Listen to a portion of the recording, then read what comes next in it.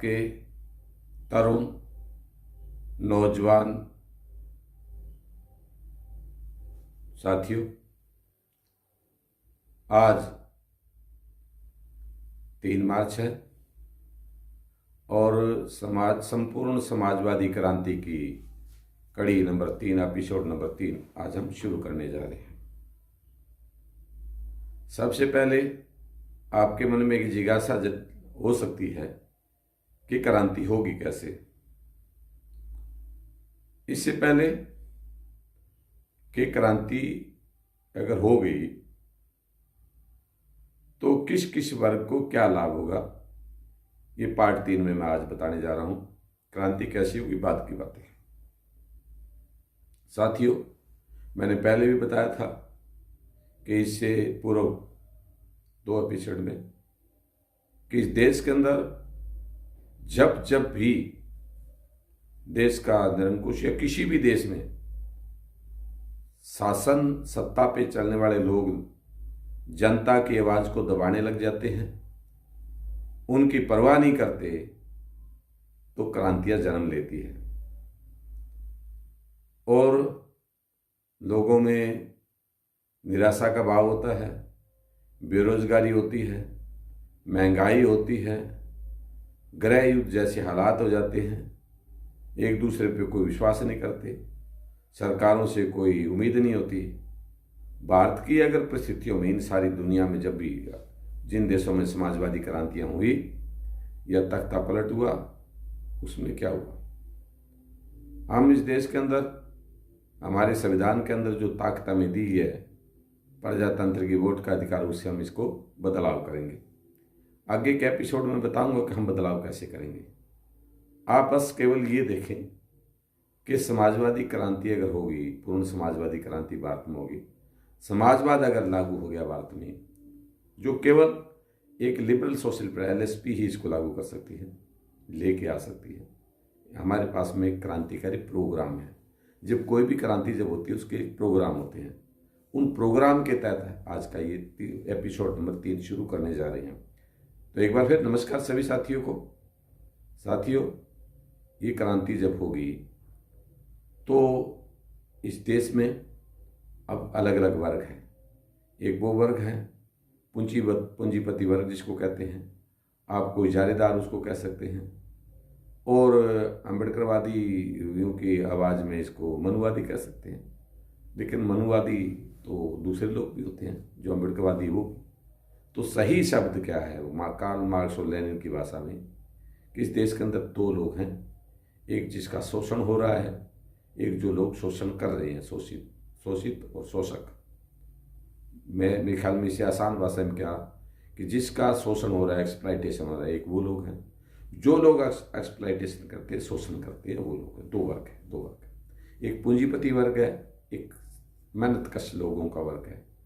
चाहे वो मेहनत करने वाले लोग विभिन्न क्षेत्र में काम करते हैं, फैक्ट्रियों में काम करते हैं, खेत मजदूरों पे खेती में काम करते हैं, ट्रांसपोर्ट में ड्राइवर के तौर पे काम करते हैं, सरकारी कर्मचारी के तौर पे काम करते हैं। ये मेहनतकश लोग हैं। और कौन लोग हैं जो शोषण करते हैं? पूंजीपति इजारेदार लोग शोषण करते हैं। आप कहेंगे नहीं, पूंजीपति पैसा लगाता है, वो नौकरी देता है, वो हमें बहुत सारी सुविधाएं देता है, तो शोषण कहाँ करता है? आपको अभी ये बातें बहुत देर में समझ में आएगी कैसे वो शोषण करता है, कि इस देश की राजनीति को वो प्रभावित करता है। इस देश की राजनीति को कैसे प्रभावित करता है कि वो अभी सुप्रीम कोर्ट में माननीय सर्वोच्च न्यायालय ने एक इलेक्टोरल बॉन्ड जो नरेंद्र मोदी की सरकार में जो लेके आए थे, वो इलेक्टोरल बॉन्ड को रद्द किया है और वो असंवैधानिक था। सुप्रीम कोर्ट ने कहा ये भारत के कॉन्स्टिट्यूशन संविधान के अनुसार ठीक नहीं था। ऐसा किया ना, तो ऐसे लोग क्यों करेंगे? वो करोड़ों रुपए वो कहते हैं जी जो पूंजीपति पैसा देगा उसका ये नहीं बताना कि कौन सी पूंजीपति है। कारण कोई भी आदमी फ्री में कुछ नहीं देता, कोई भी संस्था, कोई भी व्यक्ति, उद्योगपति तो देता ही नहीं। अगर वो जितना पैसा देता है उसके बदले में उससे कहीं ज़्यादा पैसा वो सरकार से लेता है। तो इस देश के अंदर कई बार ऐसा लगता है, जो थोड़ा सा पढ़े लिखे लोग हैं, पढ़े लिखे भी नहीं कह सकता, जो जागरूक लोग हैं, अनपढ़ भी क्यों ना हो, उनको भी लगता होगा कि इस देश में प्रधानमंत्री नरेंद्र मोदी जी, अमित शाह या उनकी कैबिनेट किसके प्रति जवाबदेह है? इस देश की जनता के लिए, इस देश के मजदूरों के लिए, नौजवानों के लिए, किसानों के लिए, या कुछ दो चार पूंजीपतियों के लिए, अडानी और अंबानी के लिए? आप पिछले 10 साल में बारी बारी से देख रहे हैं। तो अगर हमारी राजनीतिक व्यवस्था बदलाव हम कर देते हैं इसका, तो हमें करना क्या है? संविधान में कोई बदलाव थोड़ी करना है, संविधान तो पहले ही करता है। हमारे संविधान की प्रस्तावना में लिखा हुआ है कि हमारा देश में व्यवस्था है वो समाजवादी होगी, लेकिन नेहरू से थोड़ी सी गलती हुई, या हमारे उस वक्त की, मैं नहीं कहता वो गलती, हो सकता है उस वक्त की परिस्थितियाँ ऐसी रही होंगी। आज नहीं, 75 साल गणतंत्र को हमने अभी 26 जनवरी को मनाया है। तो हम ऐसा कर सकते हैं कि अब हम पूंजीवादी सिस्टम को चलाने की जरूरत नहीं है, ढोने की जरूरत नहीं है। जो पूंजीवादी सिस्टम, पूंजीपति व्यवस्था है इस देश की, अगर 140 करोड़ लोगों को भूखा मारने पे तुल जाए, हमारे नौजवान बच्चों के हाथों से रोजगार छीन ले, और जब हमारे बच्चे इसके खिलाफ आंदोलन करे तो उसमें लाठी और गोली से सरकार निपटे। पैरामिलिट्री फोर्सेज हमारे बच्चे हैं, वो आर्मी में हमारे बच्चे हैं, पुलिस में हमारे बच्चे हैं, इसी समाज के लोग हैं, उनसे लाठियां चलवाते हैं, गोलियां चलाते हैं।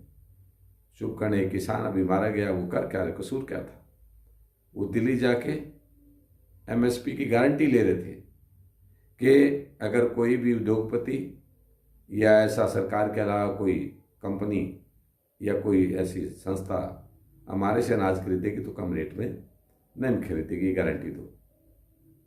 ये कितना बड़ा, कितना दुनिया के अंदर इतिहास में ऐसा कहीं नहीं मिलेगा जो भारत में। इसलिए भी इस देश में समाजवादी क्रांति की जरूरत है। अगर देश में जब समाजवादी क्रांति हो जाएगी, हमारी पार्टी का राज होगा, तो हम एक वर्ग के लिए अलग से कल्याणकारी योजनाएं शुरू करेंगे, जो संविधान में पहले से लिखी हुई है। India is a welfare state, संविधान में लिखा हुआ कल्याणकारी राज्य। किसके लिए कल्याणकारी? जैसे सम्राट अशोक का भारत था, उस टाइम में पशुओं के लिए, पक्षियों के लिए अस्पताल बनाए गए, या बिना इलाज के लोग मर रहे हैं, और अगर आयुष्मान कार्ड बनाया तो अरबों रुपए का इन्होंने घोटाला कर लिया। ये कैसे हो सकता है? जिस देश की आबादी, जिस देश की 12 करोड़ लोग रात को भूखे सोते हों, उस देश का प्रधानमंत्री 8,000 करोड़ के एक स्पेशल जहाज में घूमता हो। जिस ऐसे हालात क्यों? इसलिए समाजवादी क्रांति की जरूरत है। समाजवादी क्रांति की इसलिए भी जरूरत है कि आपने हमारे पड़ोसी देश श्रीलंका में देखा होगा। श्रीलंका में 2-2.5 साल पहले 2021 में क्या हुआ था?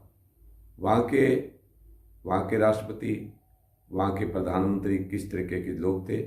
वहाँ के ये हालात थे कि कोई व्यक्ति को अगर अपना इलाज करवाना है तो वहाँ इस टाइप की कोई सुविधा नहीं थी, और उस परिवार की महिला को बहुत सारे गलत समझौते करने पड़ते थे इलाज के लिए।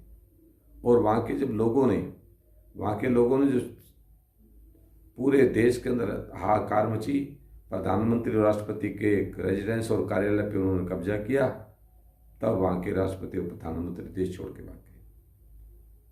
ये सबर का बांध होता है, जनता का जब सबर का बांध टूटता है तो रोकने से नहीं रुकती।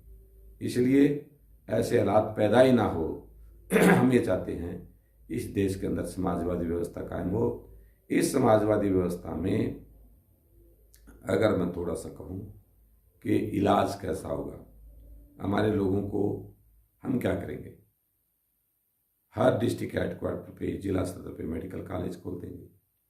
जहाँ आज मंदिर, मस्जिद, धार्मिक स्थान है, पूजा घर है, वहाँ पे मेडिकल डिस्पेंसरी खोल देंगे।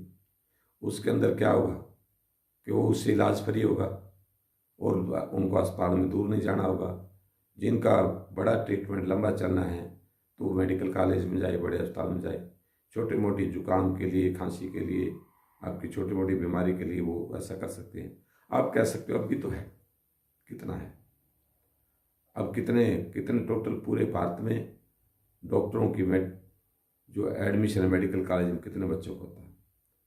दुनिया के अंदर क्यूबा समाजवादी देश है जिसके अंदर दुनिया में सबसे ज़्यादा डॉक्टर पैदा होते हैं, मेडिकल कॉलेज इतने ज़्यादा है और फ्री एजुकेशन है। जब हम फ्री शिक्षा देंगे, फ्री चिकित्सा देंगे तो आयुष्मान कार्ड की तरह घोटाला नहीं होगा। क्या करेंगे हम? सबसे पहले मेडिकल कॉलेज हमारे होंगे, जितने प्राइवेट मेडिकल कॉलेज है उसके आगे उनको सरकारीकरण किया जाएगा और उसको सरकारीकरण करके उसके अंदर राजकीय मेडिकल कॉलेज का लिख दिया जाएगा। गवर्नमेंट जो भी उसके अंदर जिस नाम से है उसका गवर्नमेंट, उसके अंदर जितने कर्मचारी, डॉक्टर, प्रोफेसर, एसोसिएट प्रोफेसर, जो भी ऑप्थेल्मिक असिस्टेंट, जो भी लैब टेक्नीशियन, सब के सब, उन सबको पूरे भारत में एक जैसी सैलरी मिलेगी, सरकारी सैलरी मिलेगी। आपका वो पैसा कहाँ से आएगा? बहुत से ऐसे मंदिर हैं जो हजारों करोड़ों रुपए की इनकम है, बहुत से ऐसे धार्मिक स्थान दूसरे भी हैं, उन सभी वो सारे के सारे उनका भी राष्ट्रीयकरण होगा। उसमें कोई भी मत्था टेक सकता है, कोई जाके उसका नमन कर सकता है। 10 रुपये चढ़ाता है, वो 10,000 चढ़ाता है, 10 लाख रुपए उसमें गुल्लक में डालता है। वो सारा का सारा पैसा हम किस में डालेंगे? हेल्थ सिस्टम में एक पैसा, चैरिटी का पैसा इतना आ जाएगा कि हमारे पास में अस्पतालों का नहीं, मेडिकल कॉलेज, कितने मेडिकल कॉलेज हम चला सकते हैं, कितना हम इलाज करवा सकते हैं। अब वो किसके पास से आता है पैसा? आप सोच सकते हैं।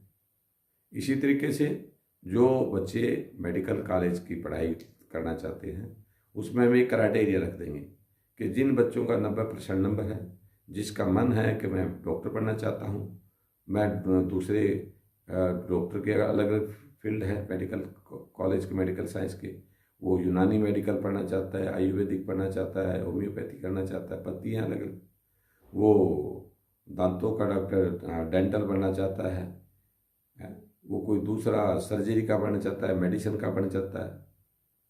ऐसे कितनी स्ट्रीम हैं। ऐसे बच्चों की हमें 140 करोड़ की आबादी पर बहुत सारे डॉक्टरों की ज़रूरत है और ऐसा अगर हम कर पाए तो वो कहाँ हो सकता है? अभी तो जितने जितने अस्पताल है, प्राइवेट हॉस्पिटल है, प्राइवेट मेडिकल कॉलेज है, उसके अंदर करोड़ों करोड़ रुपए उनके कैपिटेशन फीस है, चंदा है, बिल्कुल जीरो कर देंगे, कोई भी इसकी फीस नहीं होगी। अगर हम करना क्या है, सिंपल सा काम करना, आपने लोकसभा और विधानसभा में एलएसपी के उम्मीदवार को जिताना है, एलएसपी के कार्यकर्ता बनना है, एलएसपी के टिकट पे चुनाव लड़ने के लिए आपको अपने आप को प्रिपेयर करना है, लोगों को ये बात समझानी है। आप कहोगे हम इससे जुड़ कैसे सकते हैं? ये आपके पास इसमें आप इसमें लिंक है, इसमें आप अपना नंबर इसमें अपने वो डाल सकते हो, अपना मोबाइल नंबर डाल सकते हो। आप इससे जुड़ना चाहते हैं, हमारी टीम के लोग इसमें अपना आपको संपर्क करेंगे कि आप इस पार्टी से जुड़ना चाहते हैं। इस पार्टी को हम 100 में से 5 रुपये यानी 20वां हिस्सा हम लेना चाहते हैं और उसके आधार पे ये हमारी पार्टी भी चलेगी और हम ऐसे नौजवानों को जिसकी उम्र 25 साल से लेकर 35 साल है उनको विधानसभा और लोकसभा का चुनाव लड़वाएंगे और वो इस विचारधारा को पसंद करते हैं, देश की सेवा करते हैं। वो ऐसे नौजवानों को हम इस पार्टी के मेंबर बनाएंगे, उन पार्टी के कार्यकर्ताओं को नेता बनाएंगे। हम ऊपर से कोई नेता नहीं लेके आएंगे।